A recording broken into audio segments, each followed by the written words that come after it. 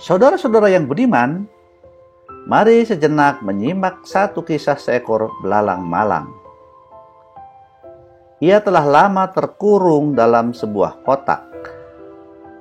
Pada suatu hari, ia berhasil keluar dari kotak yang mengurungnya itu. Dengan riang gembira, ia melompat ke sana dan kemari menikmati kebebasannya. Tidak begitu lama, ia bertemu seekor belalang lainnya. Ia merasa heran, karena belalang yang ia temui itu bukan hanya dapat melompat lebih jauh, akan tetapi ia pun dapat terbang tinggi. Hal mana tidak dapat ia lakukan. Saking penasarannya, ia menghampiri belalang itu seraya bertanya, "Kisanak, kenapa kau bisa melompat jauh bahkan terbang tinggi? Padahal aku sepantaranmu hanya bisa lompat ke sana dan kemari dalam jarak yang pendek." Belalang itu pun menjawabnya, "Wahai sahabatku, di manakah kau selama ini tinggal? Karena semua belalang yang hidup di alam bebas sepertiku tentu bisa melakukan seperti yang aku lakukan, melompat jauh dan bahkan terbang tinggi." Seketika itu si belalang baru tersadar bahwa selama ini ia terkurung dalam kotak, sehingga ia tidak dapat bergerak bebas. Jangankan dapat terbang tinggi, melompat pun terhalang dinding kotak. Alhasil, lompatannya tidak sejauh belalang lain yang hidup di alam bebas. Saudara-saudaraku, kadang-kadang kita pun tanpa sadar pernah juga mengalami hal yang sama seperti yang dialami si belalang malang itu. Lingkungan yang buruk, hinaan, cacian dan makian, trauma masa lalu, kegagalan yang beruntun, atau perkataan teman yang menyakitkan, seolah membuat kita terkurung dalam kotak semu yang menutupi semua kelebihan kita. Akibatnya, kita lebih sering mempercayai mentah-mentah apapun yang mereka voniskan tanpa pernah berpikir, benarkah diri kita itu sedemikian parah? Bahkan terjadi peristiwa yang lebih buruk lagi, kita lebih mempercayai mereka daripada mempercayai diri kita sendiri. Ingatlah pada kisah Luqman Al-Hakim, seorang ahli hikmah yang mengajari putranya kehidupan nyata di tengah-tengah masyarakat. Pada suatu hari, Luqman mengajak putranya jalan-jalan keliling kampung untuk membuktikan bahwa untuk membuat semua orang legawa sangatlah sulit. Bahkan bisa dikatakan sama sekali tidak mungkin terjadi. Apapun yang diperbuat seseorang, ada saja yang tidak suka, bahkan cenderung mempersalahkan. Kemudian perjalanan mereka pun dimulai. Luqman menaiki keledai dan menyuruh putranya berjalan menuntun keledai itu. Ketika memasuki suatu kampung, ada sekelompok orang yang melihat pemandangan itu yang menurut mereka sangat aneh. Segera mereka berkomentar setengah mencaci. Anak kecil itu menuntun keledai, sedang orang tuanya enak-enak duduk di atas keledai. Sungguh orang tua yang tidak punya belas kasihan pada anak. Luqman pun berkata kepada putranya, "Anakku, coba dengar apa yang mereka katakan, bapak yang disalahkan." Luqman kemudian melanjutkan perjalanan seraya berkata kepada putranya, Anakku, kini giliranmu yang menaiki keledai dan Bapa akan menuntunnya. Tibalah mereka berdua pada keramaian orang di kampung itu. Tak pelak lagi, orang-orang menangkap kejadian ini sebagai sesuatu yang amat ganjil. Mereka berkomentar sinis, "Lihatlah, anak kecil itu menaiki keledai, sementara orang tua malah berjalan kaki menuntunnya. Alangkah buruknya akhlak anak itu." Luqman kemudian berkata kembali kepada putranya, "Anakku, dengarlah apa yang mereka katakan. Sekarang engkaulah yang disalahkan." Selanjutnya Luqman berkata pada putranya, "Anakku, mari kita berdua sekarang menaiki keledai ini bersama-sama." Maka kemudian mereka berdua melanjutkan perjalanan dengan bersama-sama menaiki keledai mungil itu. Tiba di sudut kampung, mereka mendapati banyak orang yang sedang duduk-duduk di pinggir jalan. Lagi-lagi mereka berkomentar dengan cibiran yang lebih dahsyat lagi. Bapak dan anak ini naik keledai mungil berboncengan, padahal mereka tampaknya tidak sedang sakit. Mereka mampu berjalan kaki. Betapa buruknya akhlak mereka. Tidak punya rasa belas kasihan sama sekali pada hewan. Luqman pun kembali berkata pada putranya, "Lihatlah apa yang mereka katakan, wahai anakku. Sekarang mereka menyalahkan kita berdua." Tanpa menghiraukan caci maki orang-orang itu, Luqman dan putranya kembali melanjutkan perjalanan. Terakhir kali mereka berjalan kaki bersama sambil menuntun keledai. Pada saat tiba di ujung kampung, orang-orang memandang dengan perasaan heran. Seraya berkata, "Lihat, dua orang itu menuntun keledai bersama, padahal keledai itu sehat dan kuat. Kenapa mereka tidak menaikinya saja? Betapa bodohnya mereka."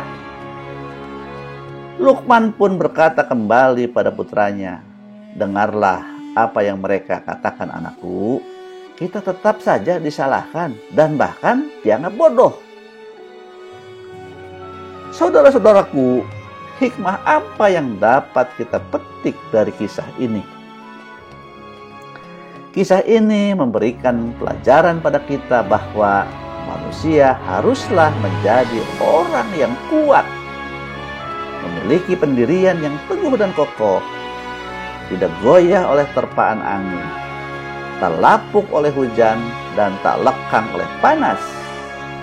Itulah manusia paripurna, yakni yang memiliki adab yang baik dan karsa yang kuat.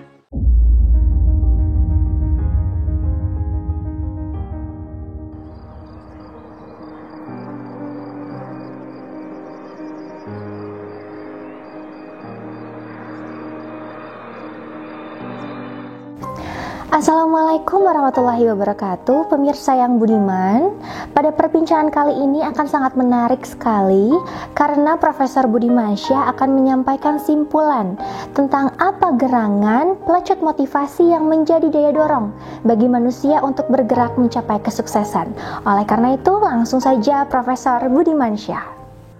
Saya akan memulai paparan kali ini dengan menyampaikan konsep-konsep tentang kebahagiaan manusia dan kehidupan yang baik, yang menekankan aspek persaudaraan, keadilan sosioekonomi, dan pemenuhan kebutuhan-kebutuhan spiritual umat manusia.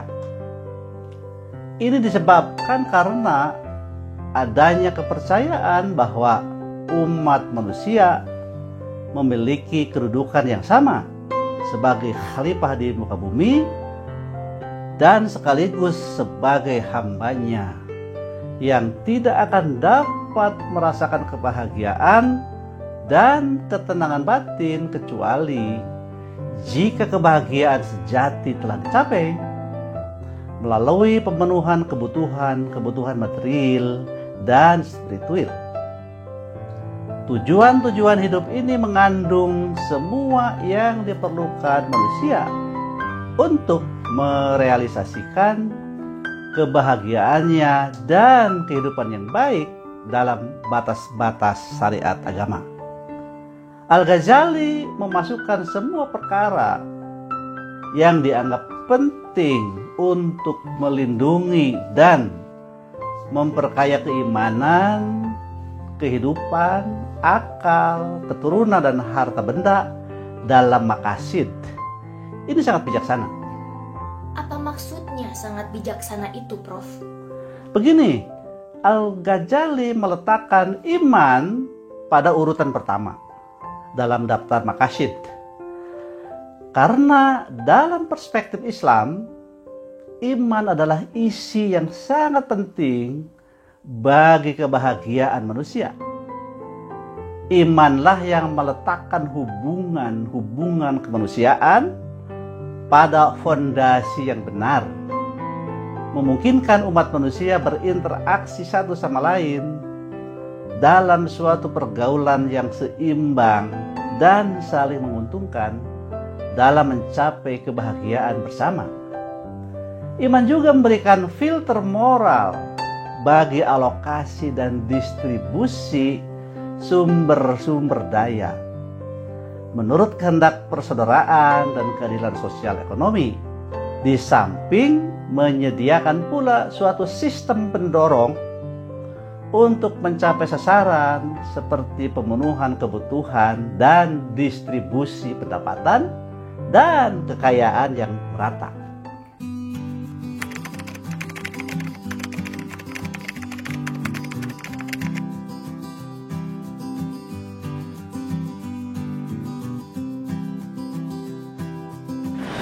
Untuk mendorong kemajuan seseorang, memang kita kenal ada dua faktor. Yang pertama, kita yang katakan sebagai faktor struktural. Yang kedua, kita sebut sebagai faktor kultural. Faktor struktural itu adalah faktor yang berasal dari luar diri kita. Misalnya seseorang itu punya akses terhadap regulasi, punya akses terhadap pemerintahan atau pihak-pihak lain, terhadap modal dan sebagainya. Itu bisa mendorong kemajuan, termasuk dalam usaha. Tetapi yang kedua, ada faktor juga yang kita sebut tadi faktor kultural. Jadi kemajuan seorang itu didorong dari dalam, faktor internal, itu berupa values atau nilai-nilai. Misalnya apa yang disebut dalam psikologi itu disebut need for achievement, jadi dorongan untuk berprestasi yang berasal dari dalam diri kita secara internal. Itu sebetulnya dua faktor penting bagaimana kemajuan itu bisa dicapai.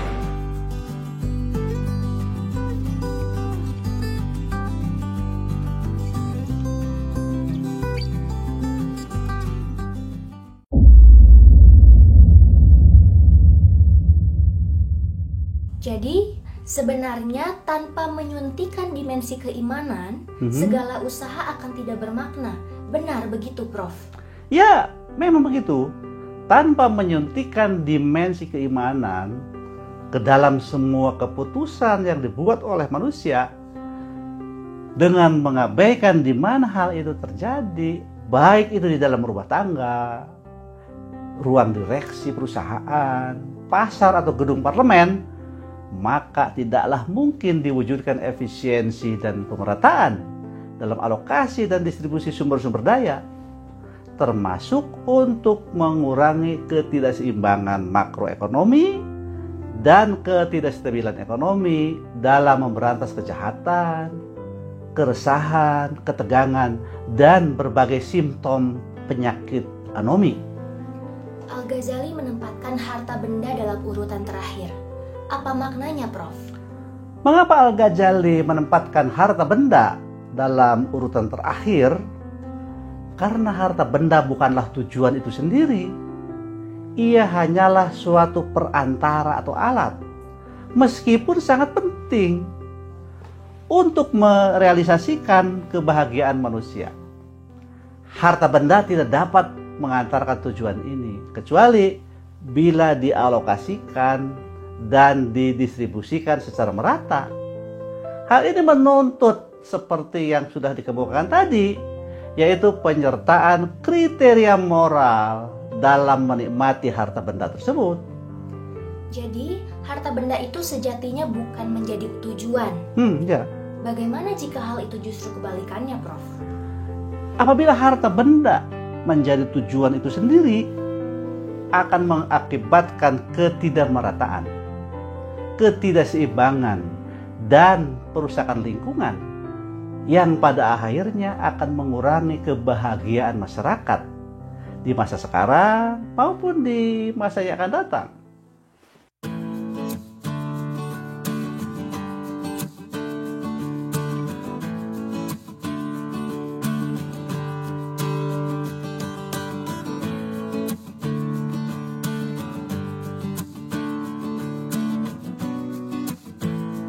Bila ditanya faktor mana sebetulnya yang paling dominan terhadap kemajuan seseorang, memang kedua-duanya itu memiliki kontribusi yang baik, gitu ya. Tetapi menurut hemat saya yang lebih sustain itu faktor kultural, sebab faktor dari dalam itu merupakan faktor yang sangat kuat menjadikan daya dorong seseorang, semacam kebutuhan untuk berprestasi atau motivasi untuk berhasil. Oleh karena itu, kalau ditanya pilihan, bagi saya adalah faktor-faktor yang berasal dari dalam kita sendiri, ya secara kultural bisa mendorong usaha kita sehingga kita bisa mencapai kemajuan yang kita bilang.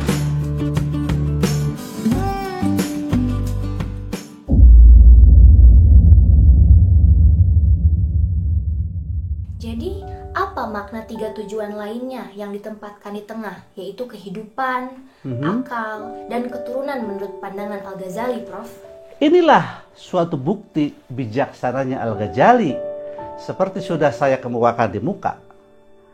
Karena 3 tujuan yang berada di tengah, yaitu kehidupan, akal, dan keturunan, berhubungan dengan manusia itu sendiri.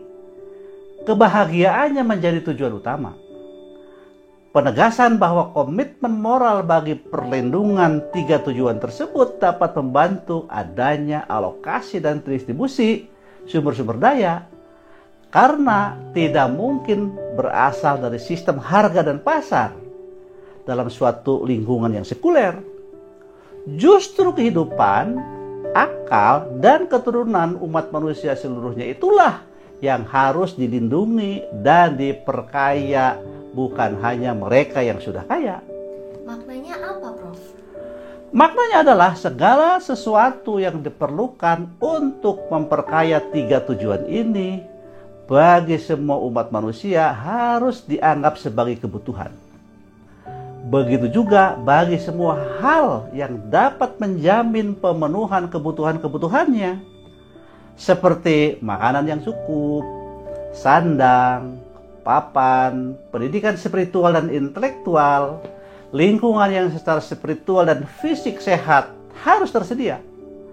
Demikian pula halnya perlu tersedianya fasilitas kesehatan, transportasi yang nyaman, istirahat yang cukup untuk bersilaturahim dengan keluarga, tugas-tugas sosial, dan kesempatan untuk hidup yang bermartabat. Apakah pemenuhan kebutuhan-kebutuhan tersebut dapat menjamin kebahagiaan manusia, Prof? Ya, benar demikian. Pemenuhan kebutuhan ini akan menjamin generasi sekarang dan yang akan datang dalam kedamaian, kenyamanan, sehat, dan efisien, serta mampu memberikan kontribusi terbaik bagi realisasi dan kelanggengan kebahagiaan manusia dan kehidupan yang baik. Setiap alokasi dan distribusi sumber-sumber daya yang tidak membantu mewujudkan kebahagiaan manusia dan kehidupan yang baik tidak mencerminkan hikmah dan tidak dapat dianggap efisien dan merata. Faktor yang berasal dari dalam yang disebut faktor kultural itu bisa dipengaruhi oleh beberapa hal. Yang pertama, pola asuh orang tua. Jadi bagaimana orang tua kita mendidik kita sejak kecil di keluarga, apakah berisi nilai-nilai prestasi yang diutamakan, itu akan bersemayam dalam diri seseorang. Yang kedua, faktor pendidikan di bangku sekolah. Oleh karena itu, anak-anak di bangku sekolah sampai kuliah mempelajari berbagai hard skill, ya, mempelajari bagaimana anak-anak belajar berbagai pengetahuan lewat berbagai mata pelajaran, mata kuliah. Itu penting. Yang ketiga, itu bagaimana kehidupan sosial kultural masyarakat di mana kita hidup. Kalau kita hidup di masyarakat yang sangat kompetitif, sangat memuja keberhasilan, sangat berprestasi, prestasi merupakan suatu values yang sangat penting, itu akan bisa berpengaruh kepada usaha-usaha kita untuk mencapai keberhasilan. Jadi 3 hal utama tadi, ya, bagaimana pola asuh di keluarga, bagaimana pendidikan di sekolah, dan kehidupan sosial kultural kita di masyarakat, itu bisa mendorong kita untuk mencapai kemajuan.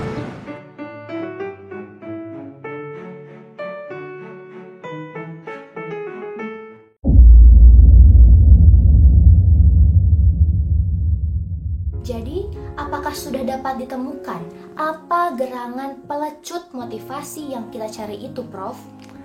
Inilah yang kita cari sebagai pelecut motivasi itu. Pelecut yang sifatnya bukan kebendaan atau non-material, yakni yang berlandaskan nilai-nilai agama. David McClelland beranggapan bahwa motivasi manusia inilah yang merupakan pendorong kekuatan bagi manusia untuk bergerak mencapai apa yang diinginkannya.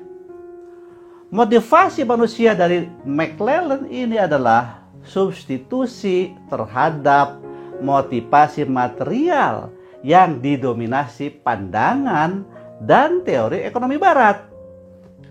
Motivasi dari McClelland ini menjadikan orang terlecut untuk bersaing dalam menciptakan prestasi, dan ini tak lain adalah pastabiqu al-khairat atau berlomba-lomba dalam berbuat kebajikan. Hanya tentu saja ada hal yang perlu disempurnakan.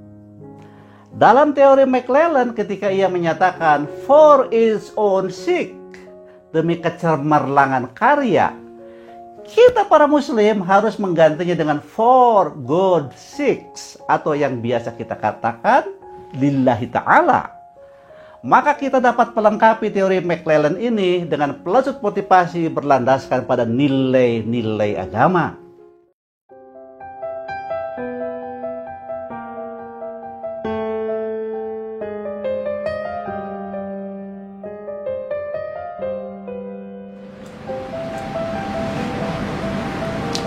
Ki Hajar Dewantara dalam konsep pendidikannya sebetulnya sudah mencanangkan pendidikan karakter. Menurut visi Ki Hajar Dewantara, pendidikan itu adalah usaha untuk menumbuh kembangkan yang pertama aspek budi pekerti dan karakter. Yang kedua, menumbuh kembangkan aspek intelek atau pikiran. Dan yang ketiga, menurut visi pendidikan Ki Hajar Dewantara, pendidikan itu pada hakikatnya mengembangkan atau menumbuh kembangkan aspek badan jasmani manusia. Oleh karena itu sebetulnya apabila visi itu sudah dilaksanakan di dunia pendidikan, pendidikan karakter itu inherent di dalamnya.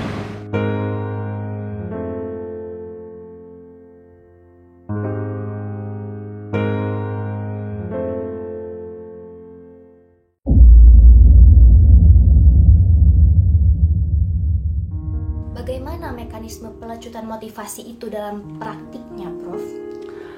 Mekanisme pelecutan motivasi itu sendiri dapat menggunakan strategi dorong tangkal. Dorong dalam konteks ini berarti meningkatkan karsa yang lemah menjadi kuat. Sedangkan tangkal adalah menangkal adab yang buruk atau bengkok agar menjadi baik dan lurus. Karsa yang lemah akan menjadi kuat apabila masyarakat bangsa kita menampilkan adab yang baik dan lurus.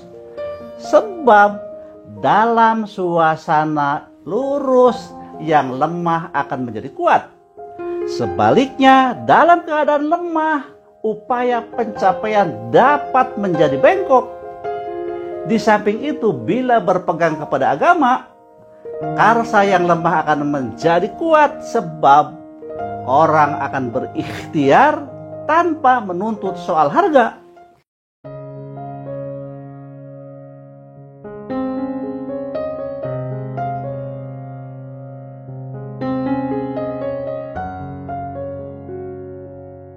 Pendidikan sekolah juga penting, ya, sebab di sekolah para siswa belajar berbagai pengetahuan, mempelajari berbagai kecakapan, dan juga di sekolah mengembangkan terutama penguatan pendidikan karakter.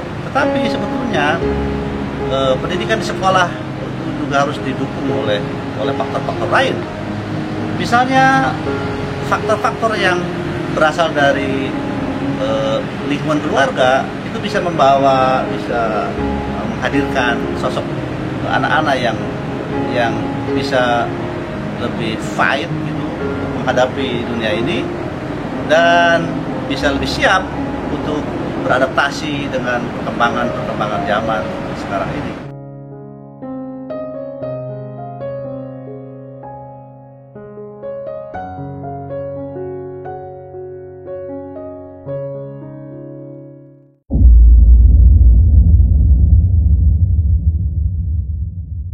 Jadi, pelucut motivasi yang kita cari untuk mengubah nilai-nilai instrumental lemah menjadi nilai-nilai instrumental kuat adalah bersumber dari kekuatan agama.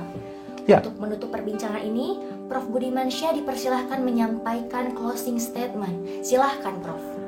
Jika strategi dorong tangkal dapat dijalankan, maka akan terjelmalah masyarakat bangsa Indonesia yang memiliki pelecut motivasi yang berlandaskan nilai-nilai agama, adab yang baik, karsa yang kuat, dan keterampilan yang tinggi. Selanjutnya, hal-hal tersebut akan menjadi daya dorong atau driving force bagi usaha-usaha pembangunan dan dalam menghadapi persaingan di era kesejahterakan ini. Insya Allah.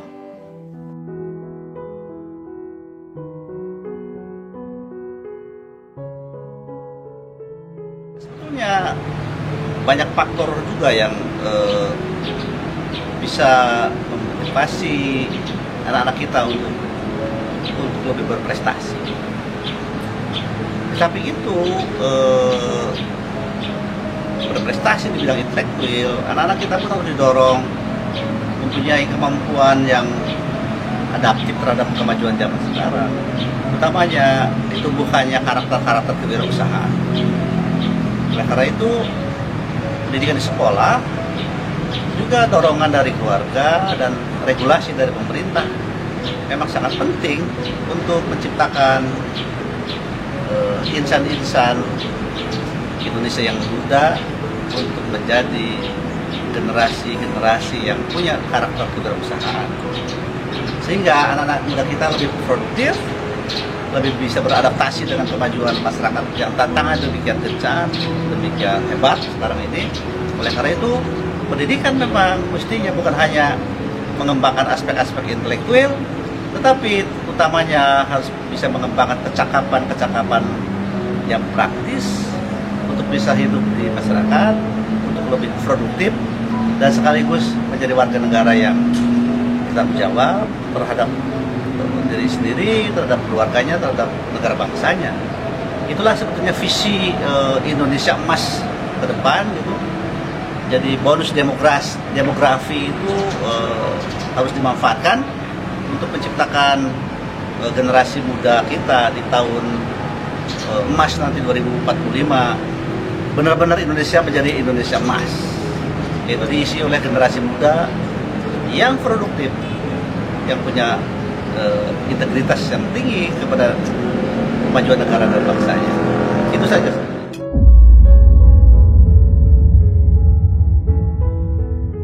Para pemirsa pemirsa yang budiman, demikianlah perbincangan kita bersama Profesor Budimansyah dalam 5 episode mengenai strategi membangkitkan karsa umat.